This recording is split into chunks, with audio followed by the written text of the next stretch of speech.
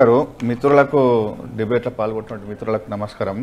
అంటే ప్రకాష్ అన్న గారు మాట్లాడినప్పుడు కొంత నాకు ఆడియో ఇబ్బందితోటి తాను ఏం మాట్లాడో నేను పూర్తిగా వినలేదు. కాకపోతే తను ఆధిపత్య పోరు మంత్రి గారికి అది కాదు. ప్రకాష్ రెడ్డి గారు అడిగింది మెయిన్ పాయింట్. రాజకీయం పక్కన పెడదాం. అన్వేష్ రెడ్డి గారు మెయిన్ పాయింట్ ప్రకాష్ రెడ్డి గారు అంటుంది ఏంటంటే నేను అదే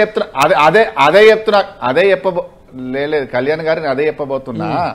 ఆ నుంచి నేను కొంత విన్నా. అట్లే మిత్రుడు శ్రీకాంత్ కూడా మాట్లాడింది కూడా నేను విన్నా. అయితే ఇక్కడ ప్రణాళికలు లేవు, రైతులు భయపడుతుండ్రు, వ్యవసాయంలో ఎన్ని కష్టాలు వచ్చినాయనేది వీళ్ళు భూతార్థంలో పెట్టి చూపిస్తున్నట్టుగా మనం అనుకోవాలి. ఎందుకనంటే ఇవాళ మార్కెట్ పాలక వర్గం అనేది 2 months అయిపోయింది. సరే, పాలక వర్గం ఉన్నా లేకున్నా దానికి సంబంధించినటువంటి వ్యవసాయ శాఖ ఉంది, వ్యవసాయ మంత్రి ఉన్నాడు. దానికి సంబంధించినటువంటిది ఎక్కడ ఏ లోటు లేకుండా ప్రభుత్వం చర్యలు తీసుకుంటున్నా చేస్తుంది. ఇక్కడ విత్తనాల సమస్య అనేది ఎక్కడ కూడా వచ్చినటువంటి సందర్భమే లేదు. ఎక్కడ కూడా విత్తనాలు దొరుకుతలేవు అనేటువంటిది లేనే లేదు ఎక్కడ కూడా. సరే, ఇప్పుడు ఉన్నటువంటి యూరియాకు సంబంధించినటువంటి అంశం, యూరియాకు సంబంధించినటువంటి అంశము పెద్దలు ప్రకాష్ రెడ్డి గారు చాలా అనుభవజ్ఞులు, నాకంటే బాగా అనుభవం ఉన్న వ్యక్తి. తను కూడా ఒకసారి ఆలోచన చేయాల.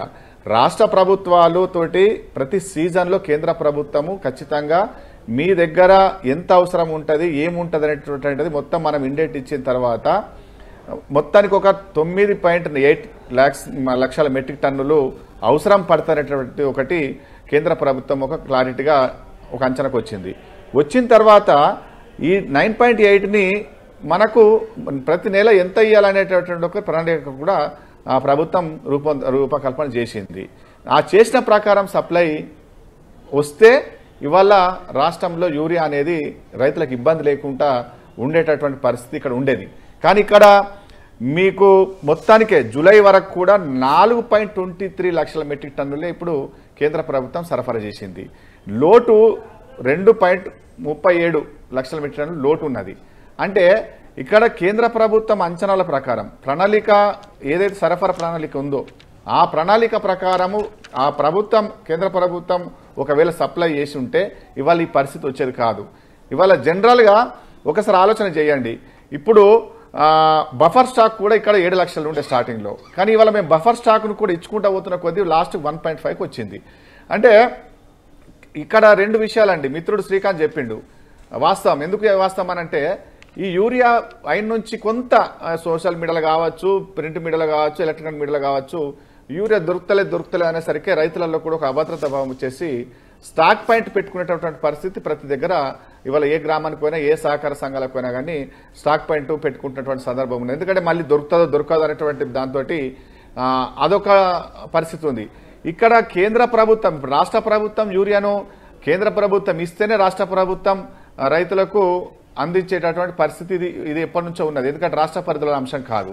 కానీ కేంద్ర ప్రభుత్వం ఏదైతే 9.8 అంచనా ఉందో ఆ అంచనా ప్రకారం ఏప్రిల్లో 1.72 ఉంటే 1.21 సప్లై చేయడము, మేలో 1.60 ఉంటే కేవలం 0.88 సప్లై చేయడము, జూన్లో 1.70 ఉంటే కేవలం 0.98. ఇట్లా దీంట్లో కొరత పెట్టడం వల్ల ఇవాళ రాష్ట్రానికి అందించాల్సినటువంటి యూరియా కేంద్ర ప్రభుత్వం అందించకపోవడంతో ఇక్కడ ఈ పరిస్థితి ఏర్పడ్డది. ఇప్పుడు కేటీఆర్ గారు మాట్లాడినా ఎవరు మాట్లాడినా ఎందుకు వచ్చింది అంటే ఇవాళ కేంద్ర ప్రభుత్వం అందించాలా, ఆ అంచనా ప్రకారం పరిస్థితులు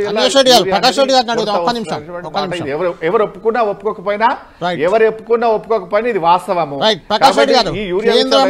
రాజకీయాలు పక్కన పెడదాం. కానీ రాష్ట్ర ప్రభుత్వమే బ్లాక్ మార్కెట్ చేసినట్లు కనిపిస్తుంది. ప్రకాష్ రెడ్డి గారు చెప్తున్న ప్రకారం 60-70 రూపాయలు ఎక్కువ తీసుకుంటున్నారు రైతు వద్ద. ట్రాన్స్పోర్టేషన్ ఛార్జీలు కూడా మింగేస్తున్నారు రైతు పైన.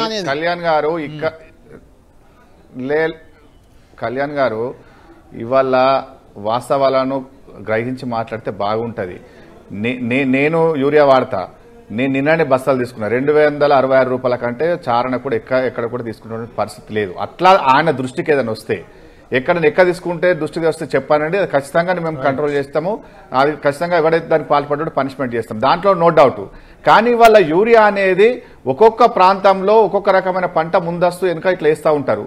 ఇవాళ దానికి సంబంధించి ఇప్పుడు నిజామాబాద్ జిల్లా ఉందనుకోండి, మొక్కజొన్న వరి వేసేసారు. వరికి ఆల్రెడీ యూరియా వెళ్ళాలి.